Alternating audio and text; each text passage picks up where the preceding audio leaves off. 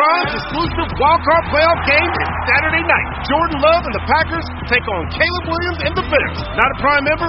Sign up for a 30-day free trial to stream the game. That's going to be caught for the touchdown. NFC North rivals square off in the latest chapter of the NFL's oldest feud. The Packers and Bears is Prime's exclusive wildcard playoff game. Saturday, 7:30 p.m. Eastern. Only on Prime. Sign up for a 30-day free trial today. Restrictions apply. See Amazon.com/Amazon Prime for details. I had that dream again. My small business needs to hire, but I don't use LinkedIn, and I hire an energy vampire. But also, they're a literal vampire. And suddenly, my team is spending all their time sharpening wooden stakes and buying bulk silver and rehearsing ancient chants, and then I wake up. Don't let hiring nightmares ruin your dreams.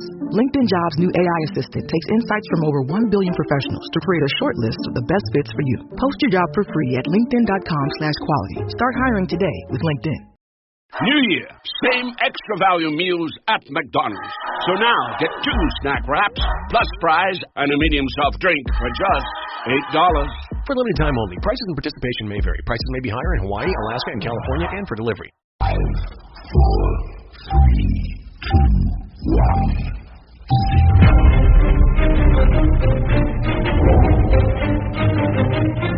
Christian Moore back to Jack Goodchild on the blue line. He manages to get it wide to Jacob Minter. Jack Goodchild with the shot, and the Slough Jets are taking the lead on the power play with 23 seconds remaining. And Jack Goodchild is Kane Russell with the shot cross goal. No need for the save from Lorne. And Campbell has found himself on. And it's 3-1 to the Johnson Chieftains. They have it back quickly.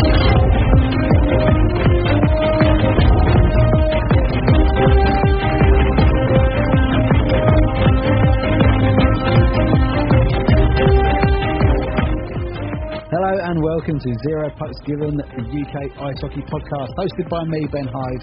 And me, Katelin Norpiner. Happy New Year, Katelin. Happy New Year, Ben. How are you? I'm not too bad, not too bad. I think this is the 7th now, so we're a week in. I generally don't like to say Happy New Year after this kind of time. To be honest, it just don't feel like a New Year. I feel like I've hardly said to anybody. Everyone at work's been like, Happy New Year, and I'm like, oh, forgot about that. Yeah, I think last year, it might have even been the year before, we had Courtney Grant come on. It was like the 19th of January or something, and we were like, Happy New Year? We're still giving it that? I know. I mean, we've had a few weeks off. It's been a bit weird setting myself all up for tonight. Yeah, I'll tell you, it's been because obviously we said we weren't going to do an episode from the last week of the year when there was 3 games happening in the Britton division. Purely because we, lifting the Iron Curtain, we recorded a Wednesday night. Wednesday was obviously Christmas Eve. People busy do, whatever on Christmas Eve. And also, if we don't record on a Wednesday night, it's Thursday night. Thursday was Christmas Day. And that was Christmas Day, yeah. So, we didn't physically have the time to get the recording in, but we did kind of miss one hell of a weekend, really. Just out of those 3 games, there was only one on the Saturday, which was Invictus' trip down to Slough. And then the 2 on the Sunday was Romford went to Streatham, 3-0 for Streatham, pretty straightforward. Looking at the shot counts, you can see Owen Ryder, who'd stepped down from the Raiders to play for the Bucks, had a pretty good game to keep it at 3-0. But then what we're labelling on the Battle of Gillingham, the bench clearance in Invicta, it was bonkers. I'm sure everyone's seen the videos because they've virtually gone viral. Yeah, they have, and rightfully so. I don't think I've ever seen nothing quite like it. Not even just the players going at it, but the coaches having a go as well. Like, it was just absolutely everybody, and it was great to watch, I've got to say. Yeah, to be fair, yeah. It was pure entertainment. Yeah. Absolutely gutting for me, because I had spoken to Carl Lennon previously about trying to get down there for their 40th anniversary game, and I was hoping to get down there on that Sunday. Gutted that I didn't, because I've been there to experience that, and not just to experience it, but for at least one of us to have seen firsthand what actually happened and what caused it all. Yeah, because let's not beat around the bush. Everyone knows, or everyone's seen the video of what potentially started it. Was Luke Schmittel leaving the bench? I don't even think he had a stick in the hand and just run Windybank. Yeah.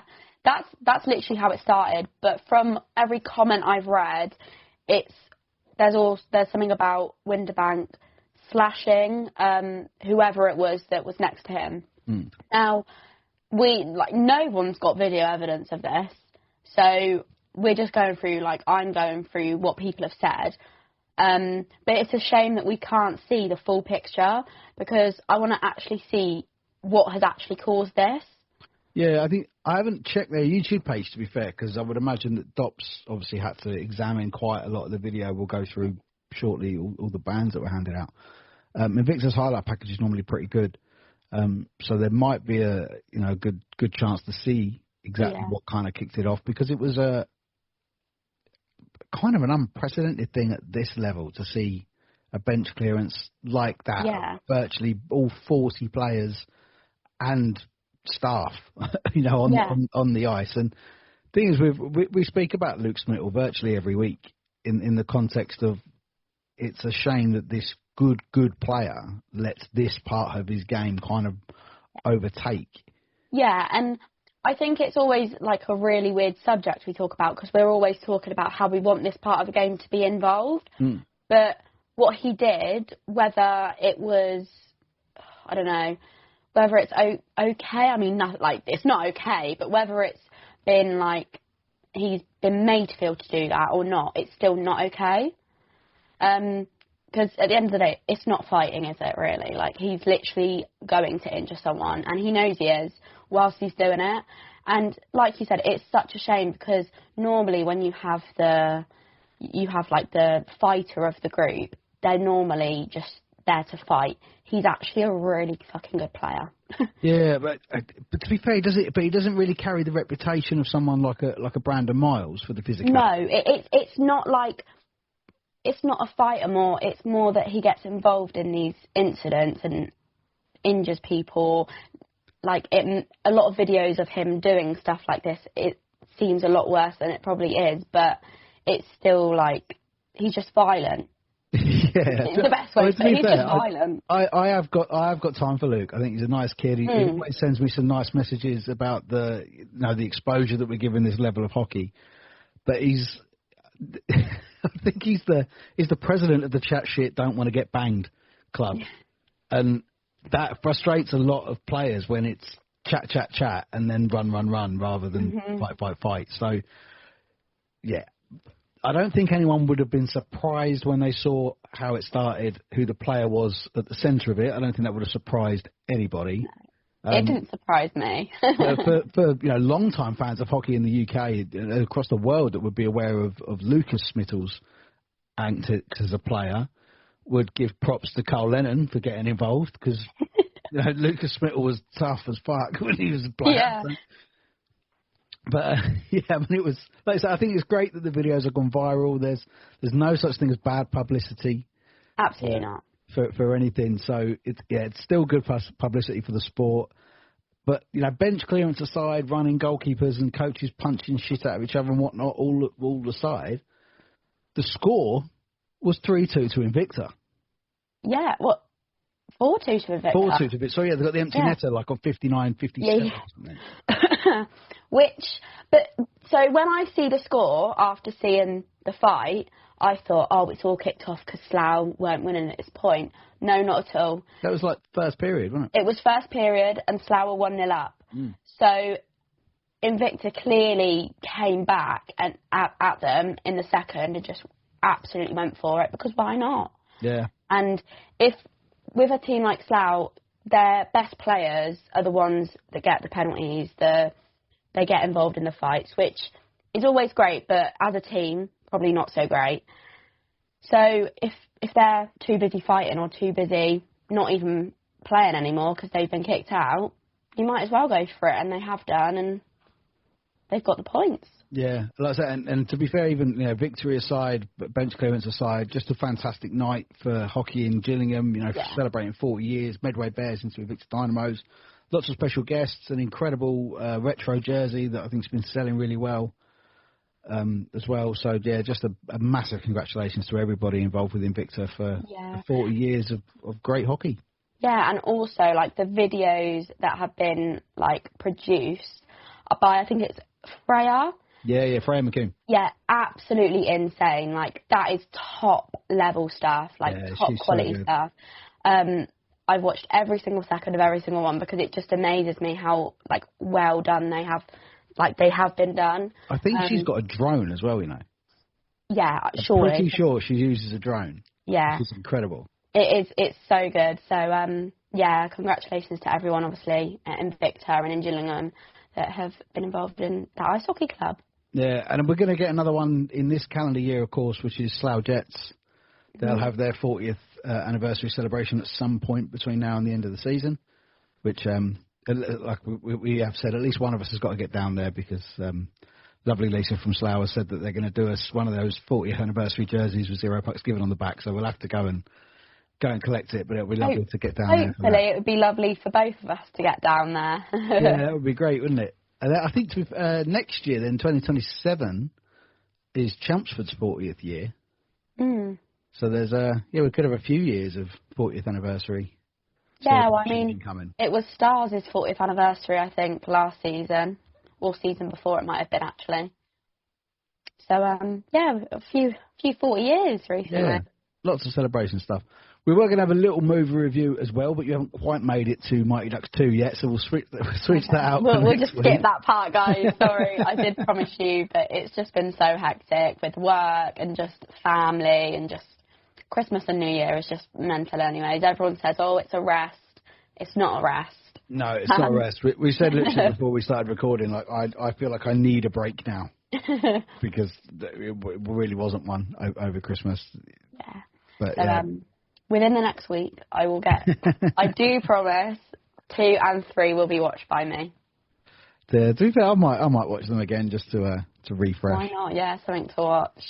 The TV will go a bit crap in like a few days now everything's done. Yeah. I mean, to be fair, we mentioned Saturday night. We'll get to the games now. Saturday, I was in Romford for Romford versus Chelmsford. I joined Matty Udall on the commentary team there. And we did mention, the entertainment that's been on over Christmas with, people that may like EastEnders or Corrie or Stranger Things or anything like that. But we hopefully gave out some pretty good entertainment on Saturday night as well on the live stream. As I understand it, it was quite a well-received one. There was a lot of people watching, which is good, from across the whole world as well, not just in the UK, which was brilliant. Wow. So, that was absolutely terrific. And it's so good. It's always so much fun to be a part of the streaming team there because all the guys are really, really good. The equipment's really good. The setup's great. And it always looks fantastic as well on the television. Yeah, it does. It's my favourite rink to go to, the Sapphire. I love it. I love it. I just think it's so new. And normally I'm one of them. I don't really like rinks that only have one side seats. That rink, there's just something different about it. I just love it. Yeah, well, I think there is seats on the other side, but they're not quite as high. There's like a couple of rows. Yeah. With Streatham, we've got like a couple of single rows around the corners on the far side, opposite the big stand. But like the big stand at Streatham is big, and it's like really big. Yeah, but I do love the Sapphire. Great. So we'll get to the Sapphire then. Yeah. I wasn't too sure what to expect from this game, to be fair, because Romford have seen a bit of an upturn in form over the course of December. Yeah, they had. Where they've really pulled away from Cardiff at the bottom of the table. A couple of good wins. I think there was a win against Cardiff and then 2 wins against Swindon. Which, it was. I'm pretty sure it was. Both at the Sapphire, I think, the wins against Swindon. So they're, getting better on home ice. And in comparison, Chelmsford had a little wobble towards the end of December with losing down at Solent in OT and then losing at home to Streatham in the Challenge Cup on a night that they could have put the Challenge Cup to bed. Yeah. It kind of goes on a little bit further. So I wasn't too sure what to expect. And to be fair, the first period of this was, you could tell these lads had not played in a couple of weeks. It was a little bit disjointed, a little bit all over the place. We said on comms that we thought Ethan James would probably have been happier with the two coaches after the first period. But then coming out to the second, everything that Romford did well in the second, they did badly did well in the first, they did badly in the second, and vice versa. Everything that Chelmsford did bad in the first, they did brilliantly in the second. And it was pure domination from Chelmsford in the second period. Pure domination. And it was, I'll tell you what was, Owen Ryder was on bloody good form as well. He really was on good form. And I wasn't sure that it was actually him in the lineup until because they've got the Buccaneers and the Raiders have got the same warm-up jerseys for their charity, the Team Daniel warm-up jerseys. Right, yeah. So he was actually wearing his own warm-up jersey, but when they came out, he was wearing Max Van Mullen's jersey because Max has been called up to the GB under-20s. So he wasn't available that night. So I said to Matt, I was like, is that Owen Ryder? Because it looks like him from up here. And he was like, oh, yeah, it is. I was like, oh. I said, well, he's going to make it difficult. Because we all know what a good goalie he is. So yeah, he is great. And I think the first goal he will probably want back, to be fair. To my memory, I think Ben Russell released Grant Bartlett down the right hand side, and as he came through, the shot was pretty hard, and it didn't even hit the pad or the glove. It kind of hit the shoulder, and just like bounced through. Because it was so high, I don't think he could sort of adjust himself. But it was, I mean, when Grant Bartlett hits a shot, that it's I'd rather not have that coming at me, to be honest. Yeah, so the power sort of helped it across the line, and they never really looked back from there. To be honest, the second goal was a cracker as well, which I'm trying to think back now. That's what they all look like. I need to get the video, which I think they were recording it, and they do normally upload it to YouTube, a week or so after the live game. But the way that they move, I thought the second goal was actually Sasha Maltsev, and then the third goal was Cam Bartlett, but they look the other way around on the box scores. Yeah, they are the other way around on the box scores. Yeah, from what I'm seeing. Yeah, so off the top of my head, I can't quite remember how they went in, but I couldn't wax lyrical enough about Sasha Maltsev coming towards the end of last calendar year, and he's just straight back into it. His awareness, and he's just in the right place at the right time every time. Mm-hmm. And it's so good to watch. I feel like he's a player that we're always mentioning, especially these last 5 pods that we've done. He just keeps coming up. He's just getting better as we go on into the season. Yeah, and it's coming on to that first line. He's wherever we all know about Cam and Grant and the link-up play that they have, obviously that twin thing, they don't even have to look. They know where each other are. They could do it blind. Yeah, Maltsev is tapped into that. Mm-hmm. And he's now part of this little trio, and they all know where each other are going to be. They interchange between right wing, left wing, and centre, which drives the D crazy because you just don't know which one's going to come from which direction. Yeah. Which is just, it makes it terrific to watch. But I think his second goal is the one, when we put the one out, the results post out, his second goal, when I can get the video clip to that, as far as I remember, there wasn't really any commentary on it. It was just me and Matt Udall going, because it was just incredible. But I've got to give the Bucks a lot of credit, particularly Niels Maskelen's, Nathan Iwemi. Both of them have this ability to ghost in across the blue line without being seen almost. And I just think that where the puck's being fed, that kind of game intelligence isn't there. It's up the top, but these moves, these plays are not being seen when the puck's coming through. Mm-hmm. I think there was one occasion where Niels Maskelen's completely ghosted in on the blind side. No one even saw him. I think it was Tom Wilson got the puck through to him, but he couldn't get past Ross Miller on the night. So once they get that full roster back together, and one massive miss, because we said in comms, me and you have said over the past few weeks, Romford's upturn in form has coincided with the return of Jure Huška. Yeah, it has. And that's not a surprise. Of course it was gonna be like that. But he was a big miss on Saturday night for them. Really you can sort of see within the results. I think if we look back at the results from the team sheets, every game they've got points from, he's probably been on that team sheet. Yeah.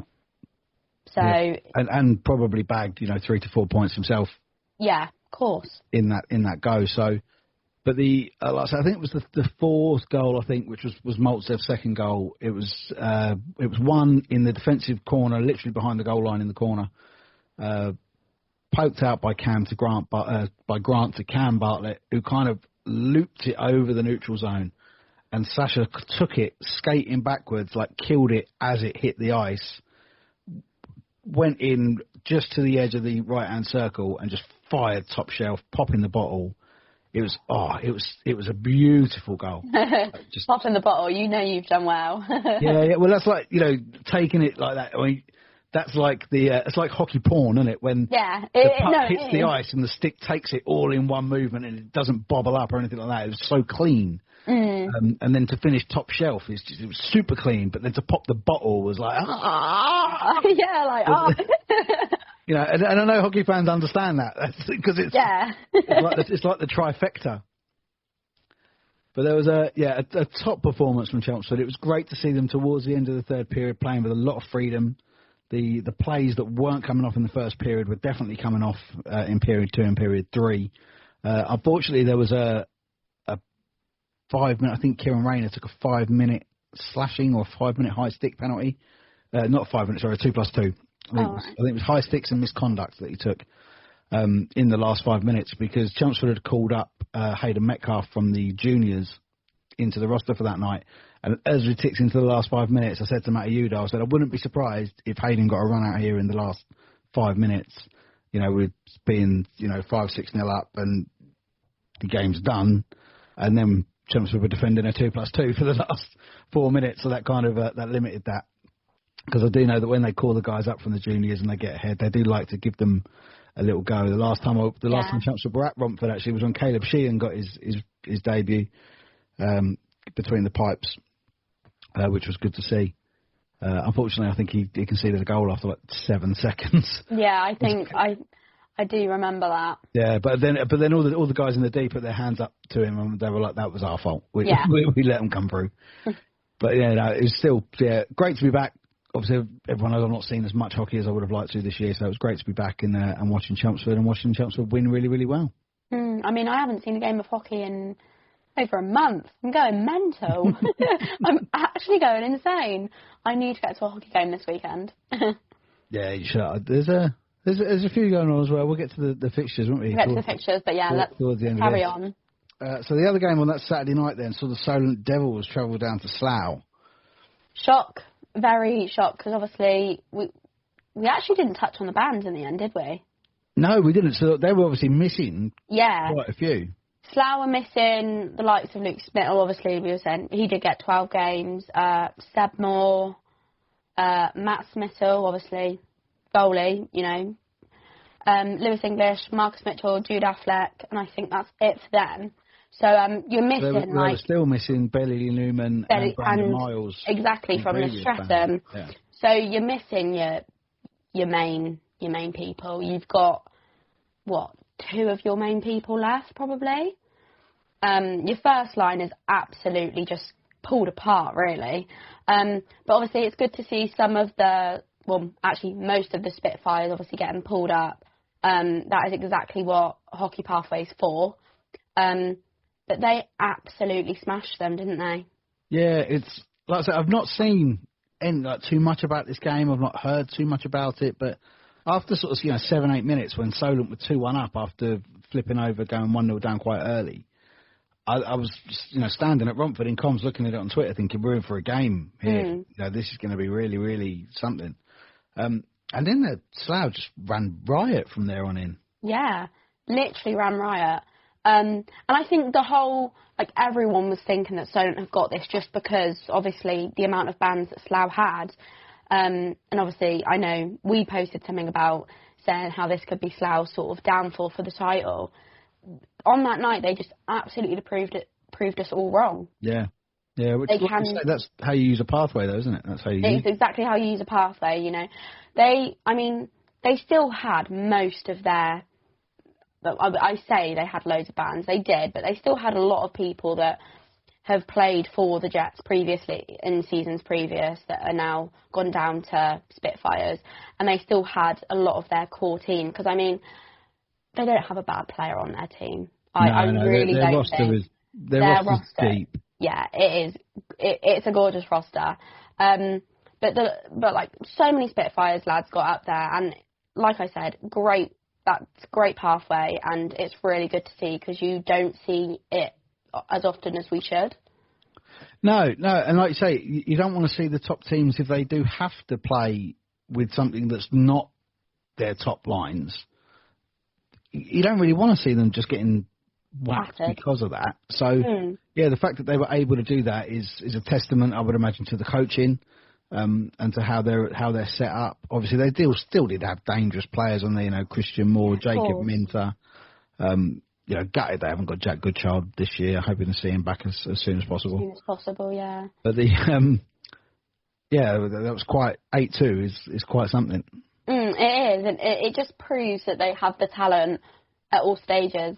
So on to Sunday then, and back to Gillingham.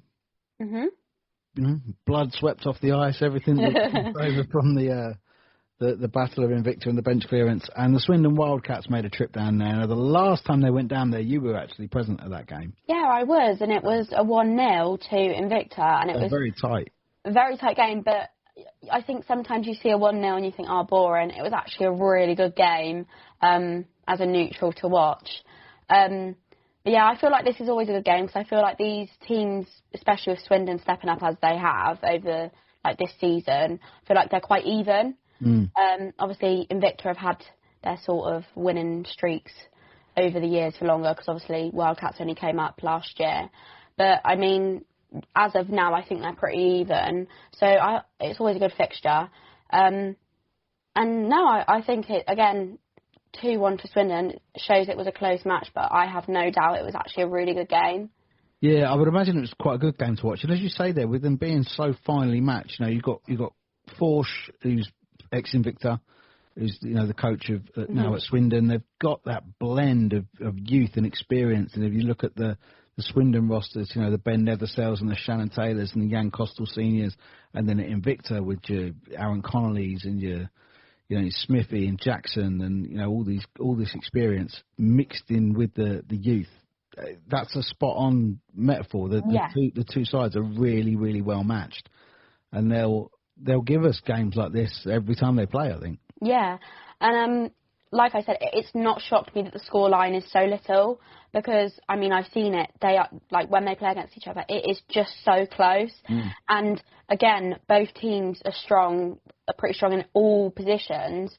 I mean, I don't know who actually was playing in goal on these. Harry Thomas was playing. Right. Because Ben Clark-Leach is also with GB under 20. Yeah, with GB. But Harry was wearing Ben's jersey, so that was it's all a bit sneaky one. But no, normally in this game you've got the likes of Brad Winterbank and Ben Clark-Leach, two insane goalies. So they're just both teams that are so evenly matched, like you said. But the scoreline, I mean, it sort of sees it itself, doesn't it? Really, you've got Hayden Lee scoring, Will Harding scoring, Shannon Taylor assisting. The mix of the youth and the experience. Yeah. And then obviously Luca Pascal with Invicta's only goal of the night. But yeah, it just, I think I would have enjoyed that game if I went to it. Yeah, to be fair, I would say for someone who's never watched hockey before, I wouldn't say go and see Invicta versus Swindon because that will be the great advert for this level of hockey. Of course not, no. That would be a Slough Chelmsford or a Streatham Slough, so that would be the game for that. But as a proper hockey fan who loves to see the game played in a certain way with integrity and speed and skill, and the plays are so well thought out and the teams are so well coached, that's the game to watch as a hockey fan. This is the game to watch. Because it's not two top teams, but it's not two bottom teams either. They're just so evenly matched. Because I think when you look at the top teams, that's when you're to a new fan, go and watch them. Because you're just amazed by everything that's happening. Whereas these guys, they don't need all the big skill to do everything. So that's why, like you said, you sort of get a hockey fan that sort of understands the game, knows what they're on about to go and watch a fixture like that because it's interesting. Yeah, absolutely. And I'd say guys in the pipes, it was Harry Thomas and Nikolai Deval, so it's the two youngsters. Yeah. In the pipes. And I think Ben Clark-Leach, just today, GB have beaten Spain 1-0 in the World Championships over there. So I think it was a 38-shot shutout for Ben. The figures might be blurry, so I've not got it in front of my face, but yeah, he obviously got himself a nice shutout there. They've had a little bit of up and down, which is the GB under-20s. I know they started really well with a 4-0 victory. And then they lost to Korea. No, they got a 4-3 victory, I think, over Spain, and then they lost 4-0 to Korea. They've beaten Spain 1-0, and I think they've also beaten Croatia 5-2. I think that might have been today. I think that rings a bell. Yeah, I think I saw that earlier. So yeah, I mean they're getting a lot of hockey in there in a really small period of time, really condensed. Yeah, really condensed. I mean, it would be great to watch, but I don't know how to play. Yeah, no. To be fair, I think it's available through the IIHF website. You can get a stream through there to watch them. So yeah, certainly if you've got the time and you're about to give that a watch, because that's the future. It is the future of GB and hockey. So might as well watch it now. Yeah, because I mean I have sort of conversations with a few people within the game, and we getting a little bit off topic here, actually, of going over the weekend. We always do. Always do. But sometimes I look at this crop that we have of the Bartletts and Brando and Paints and Ryan Watt and all these guys and the Holy Trinity at Slough and whatnot, who are they're still in their early 20s. But when this lot go, what's coming? Yeah. And it's not that there's nothing there. There's obviously something there, because we're managing to put together really competitive GB teams, under 20 and under 18s, and you've got the the England set up at under 16s and below. So it's there. It just needs publicising a little bit more. Just that bit more, yeah. And then the clubs that they're within, whether some of them might even be playing in Europe or in Northern America, that, like we said about the pathways, they have to show them the pathway so that when they are 16, they can, even if they're riding the pine, go and play with the seniors, go and warm up and train with the seniors. They're not having to play 10 shifts, just maybe get them out there to dump and change. Just getting them that experience so that when they do turn 18, 19, they can come into NHL 1 and NHL 2, maybe even the National League, and bang, and start doing it. And we've said previously on other pods how it's just that experience at such a young age. At 16 years old, we're not expecting teams to be playing them all the time. We don't even expect them to ice them. Just put them in that changing room, leave them on the bench, put them out once. That's all we're expecting. That's all I expect of teams to do with such young players, because leagues like the NHL 2, NHL 1, they are really top leagues, and I mean they're not top in the way of elite or anything, but they're very physical and still very competitive. Yeah, very competitive, very entertaining. And this is where, because these leagues are obviously the National League is the National League, and there's you got your teams in there. But because NHL 1 is conference, so you're talking best part of 20 teams. This is where the majority of the fan bases are. Of course it is. Because, there's that many more teams at that level. So there's, loads and loads of fans. And obviously the National League are packing them in Sheffield and in Hull. And, the Leeds are packing them in. And, in the elite, the figures over Christmas and everything were terrific in the elite league. So, this is...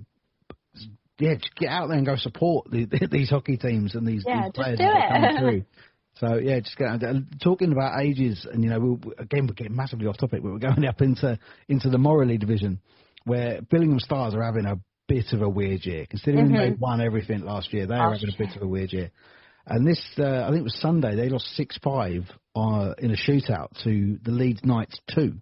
Or Leeds Squires, I can't remember what they're going. They've got something slightly less than a night. But the average age of their shootout participants was 17.8. Yeah. That's astonishing. Crazy, isn't it? It's absolutely crazy. And they don't have one player in that team who is over the age of 23. And they are holding their own. They're holding their own in the Morley division, which is a mighty, mighty competitive division. And that's the thing. I think again, everything we say contradicts itself, because I'm saying, I don't expect teams to play these young players. No, because I feel like I contradict myself a lot. I'm saying that, I don't expect these teams to play. But that is not me saying at all that these players that are, literally just turned 16 are not good enough, because there are so many that are good enough. And games like that prove it. Yeah. If you're good enough, you're old enough. That's the mantra behind a lot of people involved in hockey in the UK. If you're good enough, you're old enough. And there's a lot of issue with the Chelmsford rule, with having to be 16, to play men's senior hockey. Should there be an exception rule? If you have an exceptional player that's good enough, possibly look at Conor Bedard. Conor Bedard would not be in the NHL now if not for the exception rule. Yeah. Because he come through so young. So, yeah, it's terrific to see. We love watching the young players.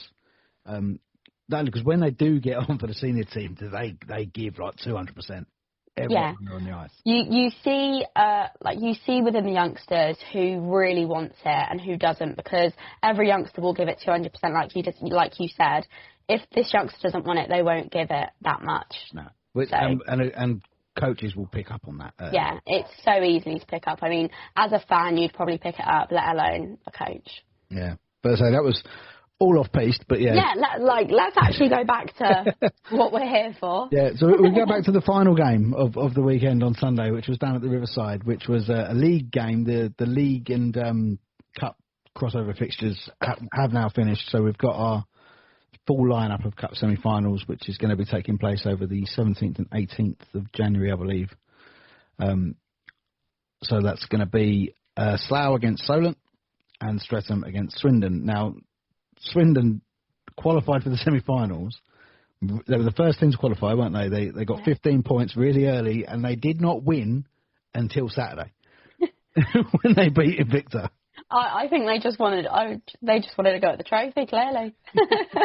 Well, they've got themselves a pretty hard two-legged game against Streatham, so we'll speak to Forsh before then to get his thoughts on how they're going to set up for that, because that'll be certainly interesting. But yeah, the last game of the week was Chelmsford against Slough. So I don't think anything's off the table when these two play. No, nothing is. No result, nothing that could happen is ever off the table. It is always just bonkers. Yeah, it is. I mean, this, I think, was what we were expecting on Saturday. Yeah, this is exactly how I saw it playing out Saturday. And I mean, it just didn't happen that way, and it's happened this way instead. But I think as well, it's all sort of, these two sort of have it's like a Streatham-Slough rivalry. These two have this rivalry too, just because that top sort of three teams in the league, you're always going to have a rivalry within each other because you're wanting to be the best. And obviously the game I went to at Slough, where these two faced each other, you saw it then, like the weird scores, all the fights. So maybe Chelmsford wanted that little bit of payback, and it was the right time to do it because. Yeah. It's like you don't often get like a 5-4 or anything like that between these two sides. What was it at Slough? 11-3 it was when I went, wasn't it? 11-3. A couple of years ago when they met in the playoff semi-final, I think it was 9-3. Yeah. And then this, finished 7-3. It's just that it seems to be like the team that takes the impetus in the game between these two. They take it and they run with it, and then that's it. It's game over. Yeah. And that's what happened. Yeah. That's literally what happened. It's just a great game. And when you're looking at all the scorers, they're pretty much all different except the fact that Grant got a hat trick. Yeah, and from what I understand as well, I haven't looked back yet. If you go to the ChelmsfordChieftains.com website and then go to match report, Simon, who does the website, has done a fantastic job with that website. And when you go to the match reports, the home goals, there's a little video icon next to them, so you can actually watch the goals that are filmed from behind the goal under the balcony. So if that goal goes in the first or third period, you've got a really close-up view of it. And from what I understand, Ben Russell and Dan Fay both, and Regan O'Neill's first Chelmsford goal, I think, that happened on that night, were all blue line slappers, which, just love to see them. Yeah, you love that, don't you? But even though I think it was Rory McGibbon who was playing in goal for Slough. Because obviously Matt Smittle was suspended, so and Rory is an experienced young lad. He's played a lot of hockey at that junior level. He ironically enough, he was actually in goal in that playoff semi-final at Ali Pally. Yes. When everyone was expecting Brett Shepherd to play, not Brett Shepherd, sorry, Brett Massey. Brett Massey, yeah. To play, and Rory was in goal that night, and that was a difficult night for him. But this kid's a terrific young goalie, and he can take this, he can take it. You know, you've gone against one of the big rivals in the league, and yes, you've conceded 7, but he can take it. Yeah, because I think a lot of young goalies can sort of lose their heads. I mean, not even young goalies. I've seen many older goalies absolutely lose their heads when they're conceding 5 to 7 goals. Yeah. What you generally see as well when that happens, particularly with an older goalie, is if they concede 5, they'll just get pulled. Yeah. And they'll come off with their face knowing, yeah, I deserve to have been pulled. Pulled, yeah. So, for these young lads, I think that's it's almost like a baptism of fire for them, that they can learn this mentality of, you know, if you're a hockey goalie, you've got this, you know, this little 3-inch circle of vulcanized rubber coming at you at upwards of, 90 miles an hour. You're not really expected to stop it. You're just getting in the way. Yeah. And if you do end up stopping it and you do it quite smoothly and well, great. Yeah. And it looks terrific. Yeah, it does. I did actually touch on a great deal, actually, when we were talking about Romford Chelmsford from Saturday night, that Ross Miller, that was his first shutout for Chelmsford. Yeah. And it was sensational. We'd said Sasha Maltsev probably deserved man of the match, but for getting your first shutout, and he saved the penalty shot on the night, and then some of the glove saves, like the reactions, is just unreal. Yeah.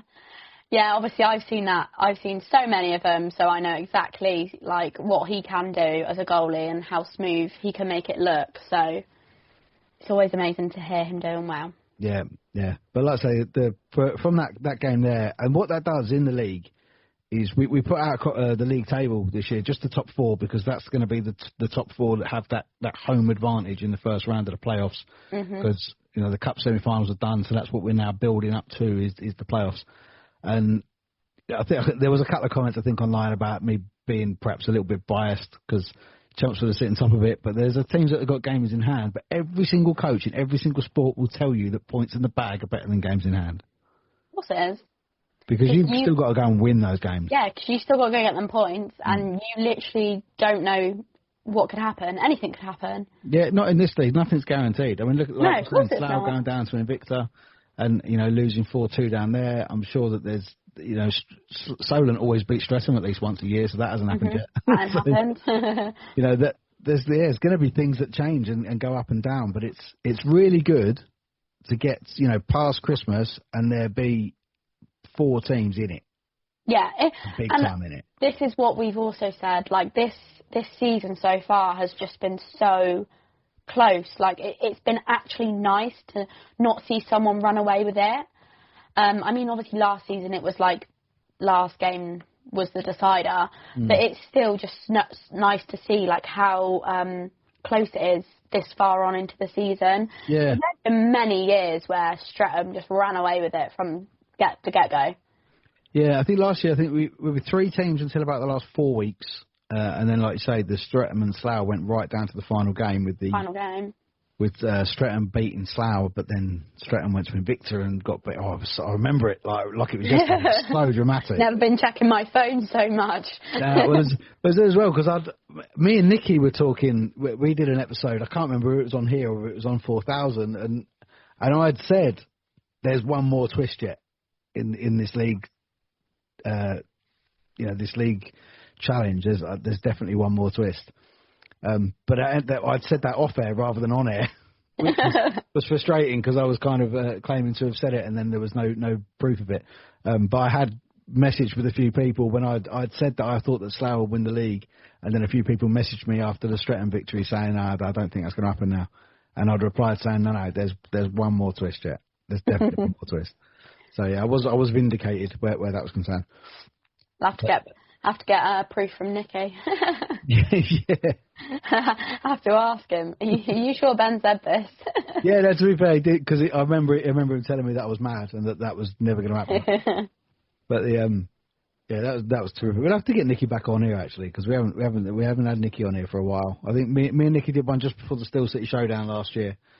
So I think at least once a year Nicky's been on. So do love having a chat with Nicky, because he's so. Anyone who doesn't listen to 4000, you should. We say, don't we, about all the hockey content that's out there? Yeah, please. Go and listen to them all because it's so good. But from Nicky's point of view, as being a former player, if you don't know anything about him, like the story of when he finished playing and then what happened to him, everything is so interesting. And one of the things I love about Nicky is he's so self-aware of things like his ADHD, because he's similar to like what we do, where we go off on tangents. You watch Nicky's live shows, it's like we're going here, then we're going here, then we're going here, we're going here. And he's just got no cohesive control over it, and I love it.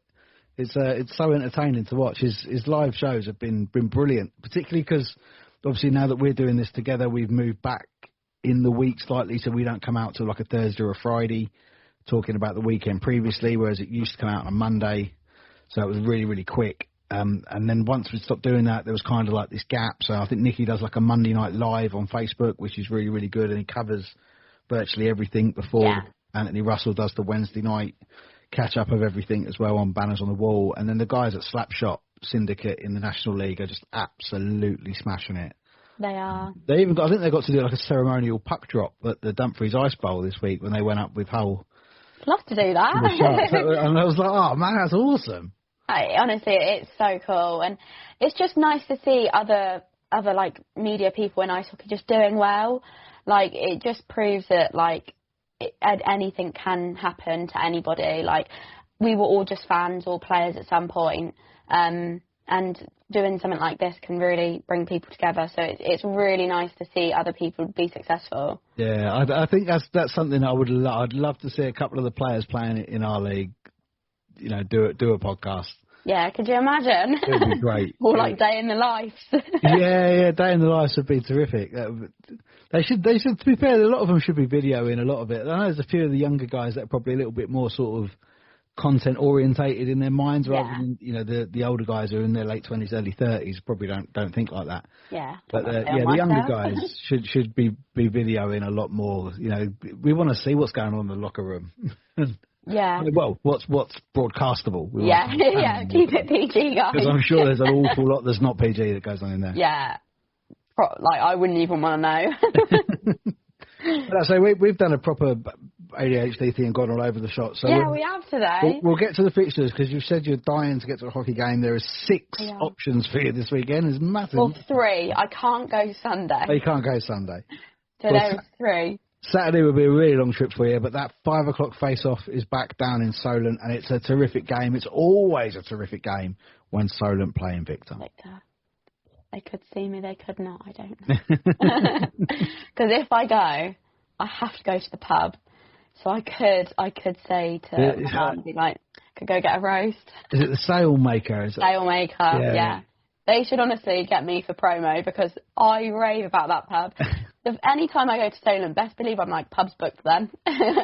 Yeah, I did go in there. I went down in December. We did go in there and had a beer. I wasn't overly impressed with the beer, but... Oh. They do a lovely carvery, though. I mean, I haven't been there for a while, because obviously haven't had the point to, really. No, but you can get a beer in the rink again now, which did stop for a while, but they've got like a little mobile bar that sets up near the door, so you can get a beer in the rink, which is good. That is cool. 5:30, High Road.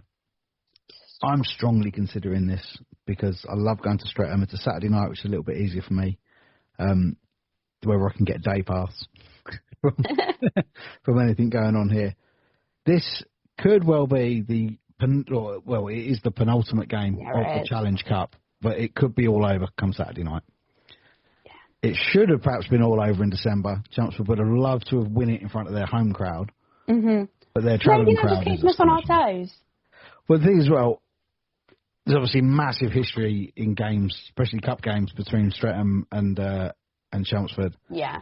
I would imagine there'll be a large Chelmsford contingent in Streatham on Saturday night. Which, to be fair, there always is most places. Yeah, to be fair, that's something else I haven't mentioned about Romford on Saturday. The crowd, unreal. Brilliant. Raiders didn't have a game. And proper props to all the Romford fans, because that place was packed. Brilliant. It was great. It's so nice to see a rink full. Because you don't see it often in our league anymore, because a lot of the teams in our league have that national side, and if the national side are playing, they're all with the national side. So it's nice to see or hear from you that it's a full rink. Yeah, proper props to the Raiders fans. They did pack it out. I think there was probably a good 200, 250 Chelmsford fans in there. They were kind of sprinkled all the way around as well, like across the far side opposite the main stand and a few kind of littered in the main stand. But yeah, it was rammed and the atmosphere was terrific. So yeah, massive props to all the fans that got in there.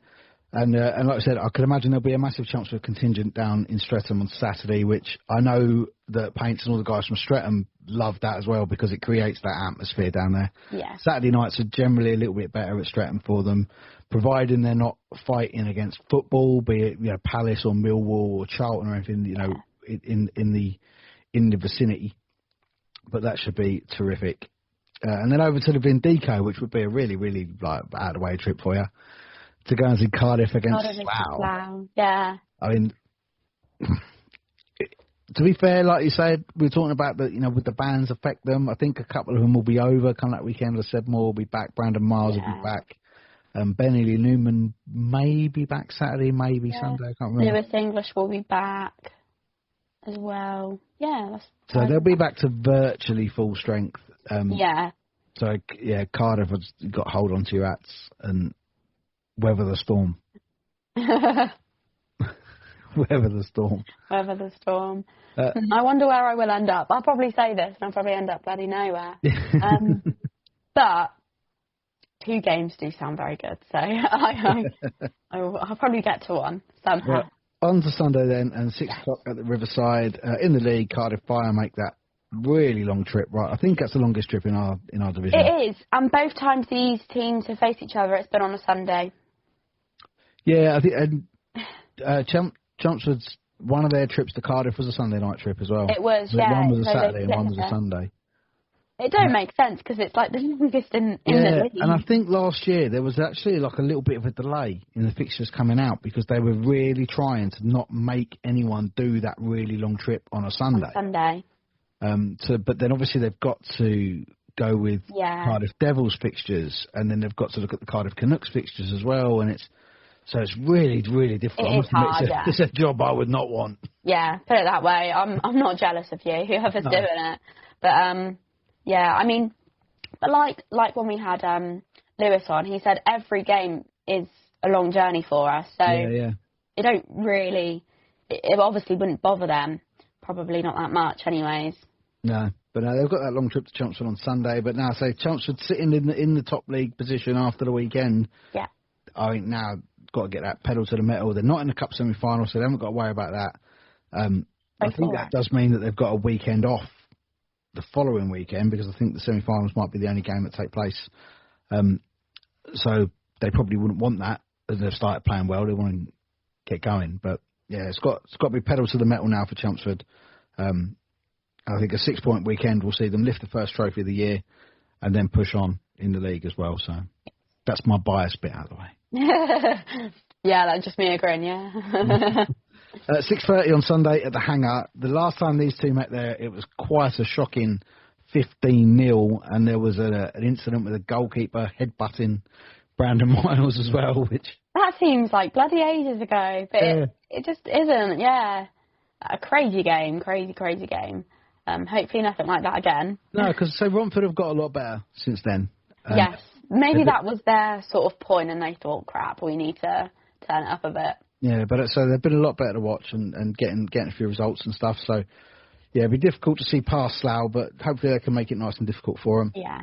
And then we've got a precursor to the Cup semi-final. Yes, which we do. Is Swindon versus Streatham up at the Link on Sunday night. They're notoriously difficult to beat on a Sunday night at the Link. I don't know what it is about it. Yeah, this season especially.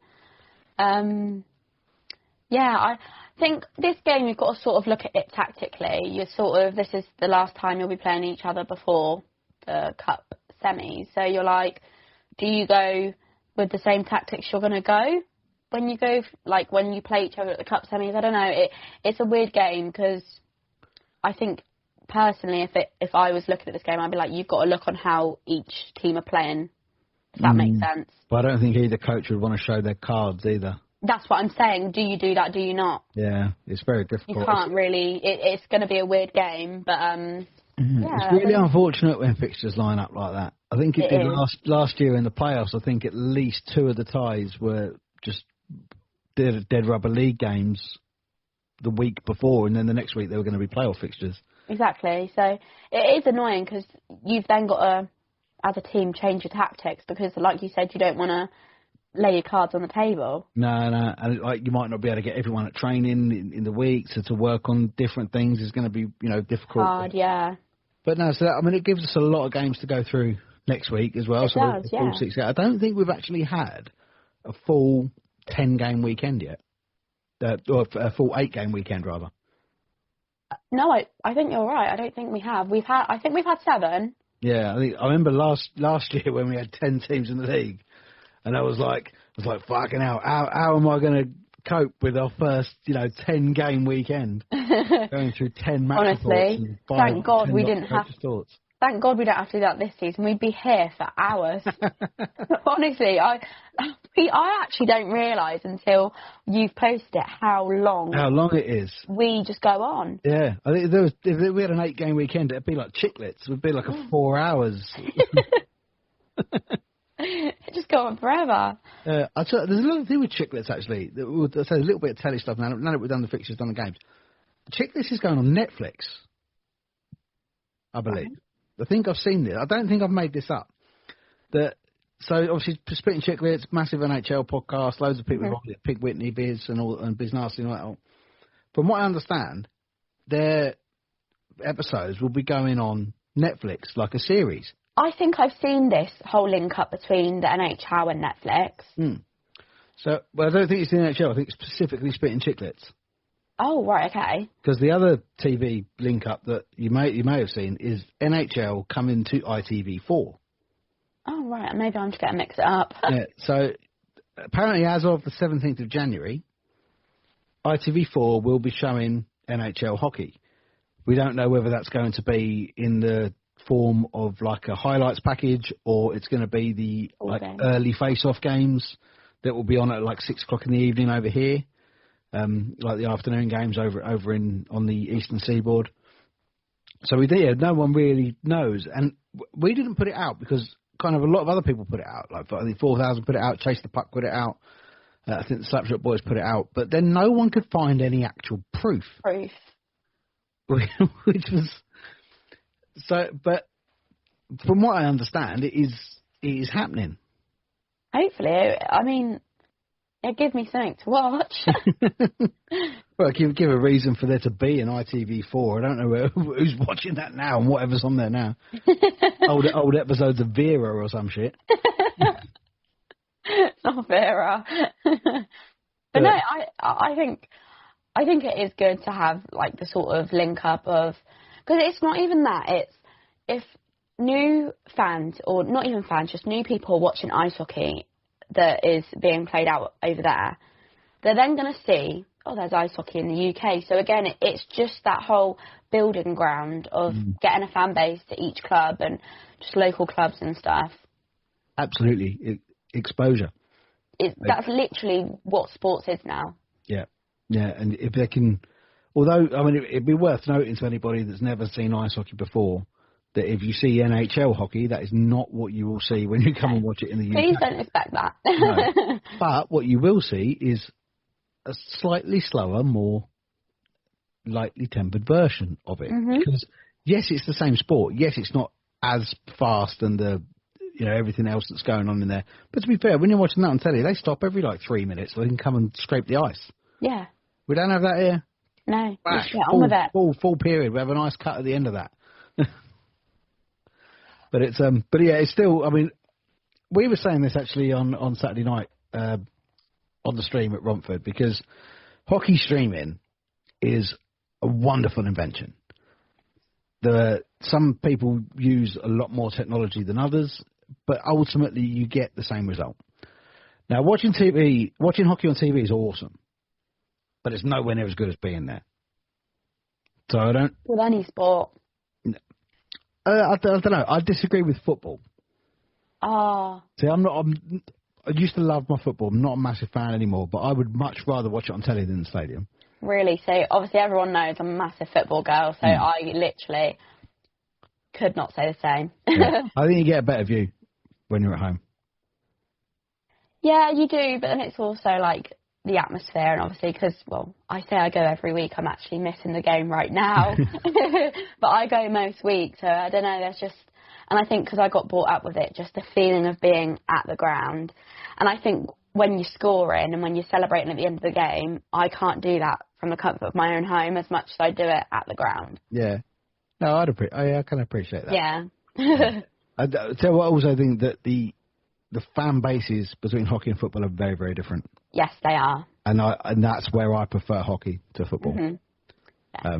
Not a massive fan of football, hooliganism and all that shit that goes with it. Nor am I. I mean, it ruined my trip to Strasbourg, to be honest, so nor am I.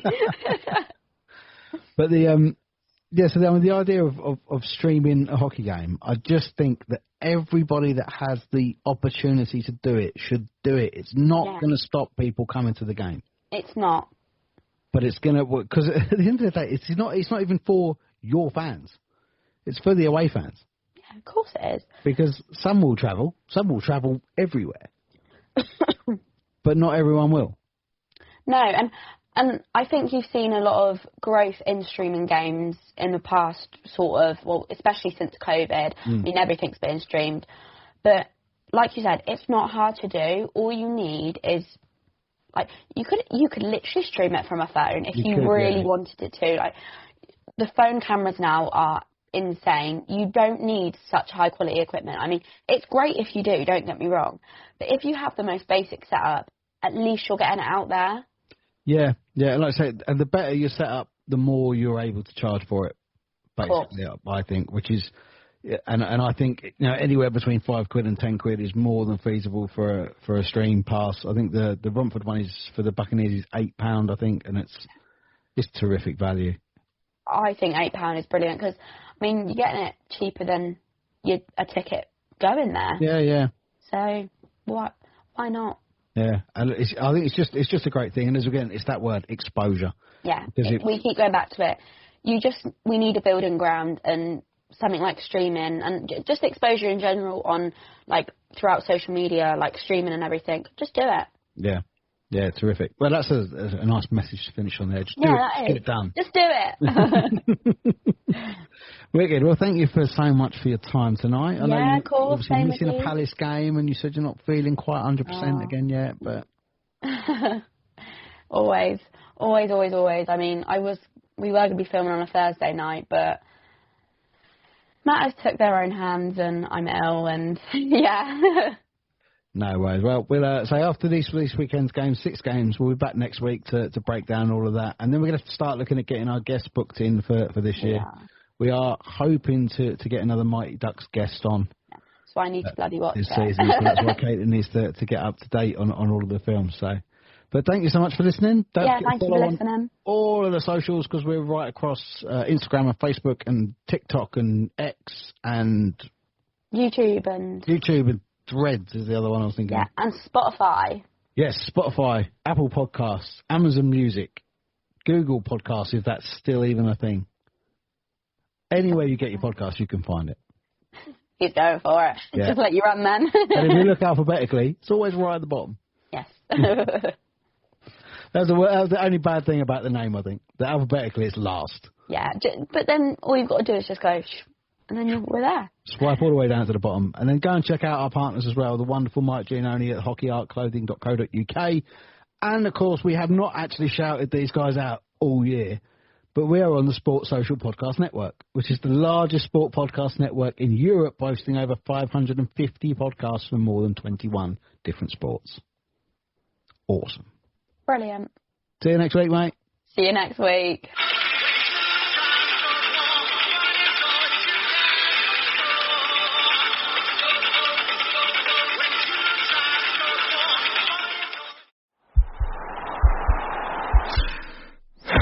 This podcast is part of the Sports Social Podcast Network.